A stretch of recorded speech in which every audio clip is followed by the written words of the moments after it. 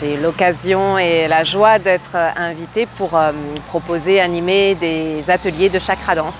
Tout ce que j'ai fait en fait, c'était d'abord pour moi, pour me comprendre davantage.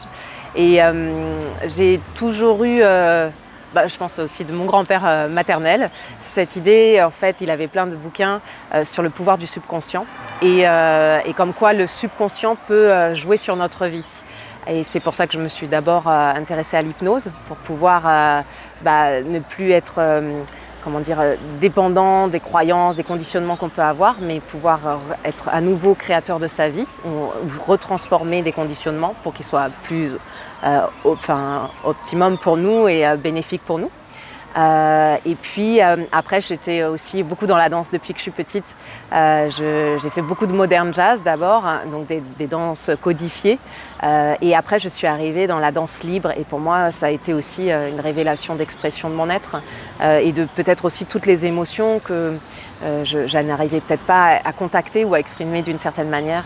Donc ça a été vraiment une révélation, la chakra danse, pour pouvoir aussi libérer, transmuter des émotions.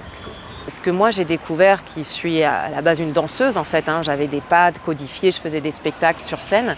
Aujourd'hui, là où je trouve vraiment l'extase ou l'épanouissement de mon être, c'est quand je me laisse vraiment traverser par le son, traverser par la musique, et en fait on vient des mouvements spontanés. Et c'est comme si ces mouvements spontanés venaient me guérir, hein, venaient guérir mon âme, venaient guérir mon être. Et il n'y a plus à chercher à faire bien ou pas bien, c'est juste être. Dans mon enfance, il y avait des choses où je ne pouvais pas m'exprimer pleinement. Et d'abord aussi la confiance en soi. J'étais une petite fille très timide. Et c'est vrai que la danse a été un moyen déjà de me mettre un peu plus en avant, de dépasser mes limites, d'être face à un public d'abord. Et puis après, de laisser mon corps se déployer aussi à travers le mouvement libre et spontané. Déjà dans la confiance en moi, dans l'estime aussi que je pouvais porter sur moi-même, et puis dans le fait d'aborder les gens, de pouvoir être plus libre tout simplement dans mon corps aussi. Hein. Ça c'est vrai qu'on le voit aussi beaucoup dans les postures des gens.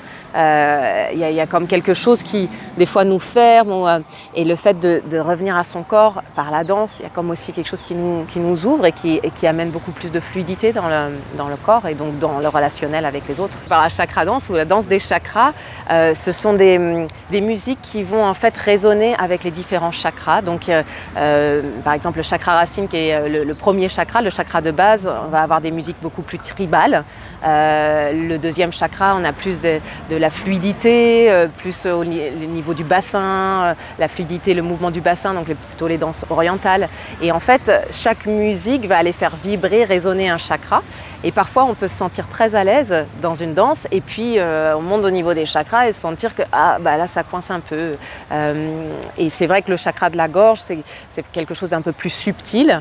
Et là, par moment, il va y avoir les sons ou alors tout ce qui est de l'ordre de la créativité, l'enfant intérieur. Comment il va pouvoir se mouvoir et se libérer de toute forme de conditionnement pour pouvoir laisser la spontanéité du mouvement. Chakra danse, c'est surtout un voyage d'abord intérieur pour soi.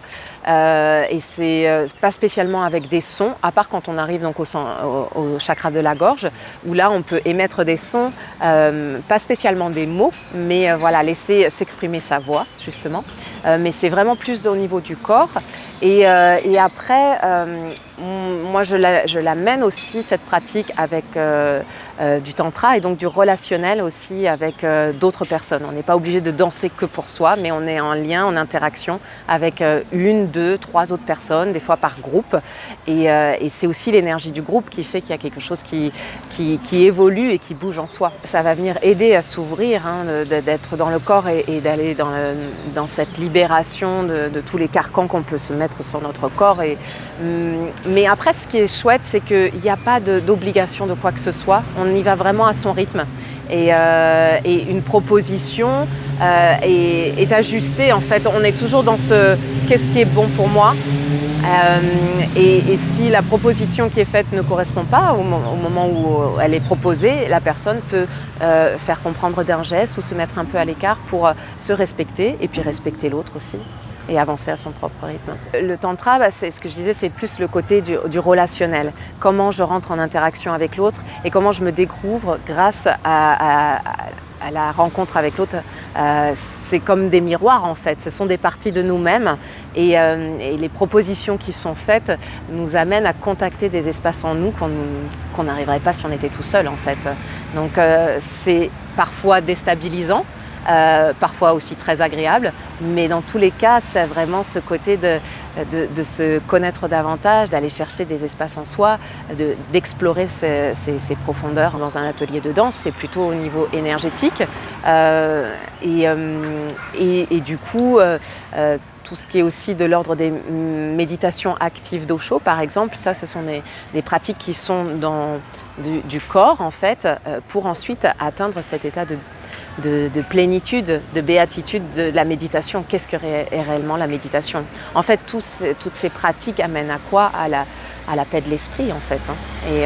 Et donc, pour avoir la paix de l'esprit, surtout en Occident, on a besoin de passer par le corps. Et c'est pour ça que la méditation active ou les danses vont nous permettre déjà de faire circuler l'énergie et puis de pouvoir peut-être recevoir la bénédiction de contacter quelque chose de plus grand que nous, de la source, du divin. Moi, on peut me suivre sur les réseaux sociaux, Jessica Kibel, sur Facebook, sur Instagram, ou sur mon site internet aussi, jessicakibel.com. Et je suis donc dans la région Var, Bouches-du-Rhône, mais ça m'arrive d'animer aussi dans d'autres régions de France. Donc après, voilà, c'est toujours une joie de pouvoir animer et accompagner, soit en présentiel à mon cabinet donc à Céreste, qui est à côté de la Ciotat, ou sinon d'accompagner en distance voilà, des sessions individuelles ou des accompagnements pour les couples aussi. Merci.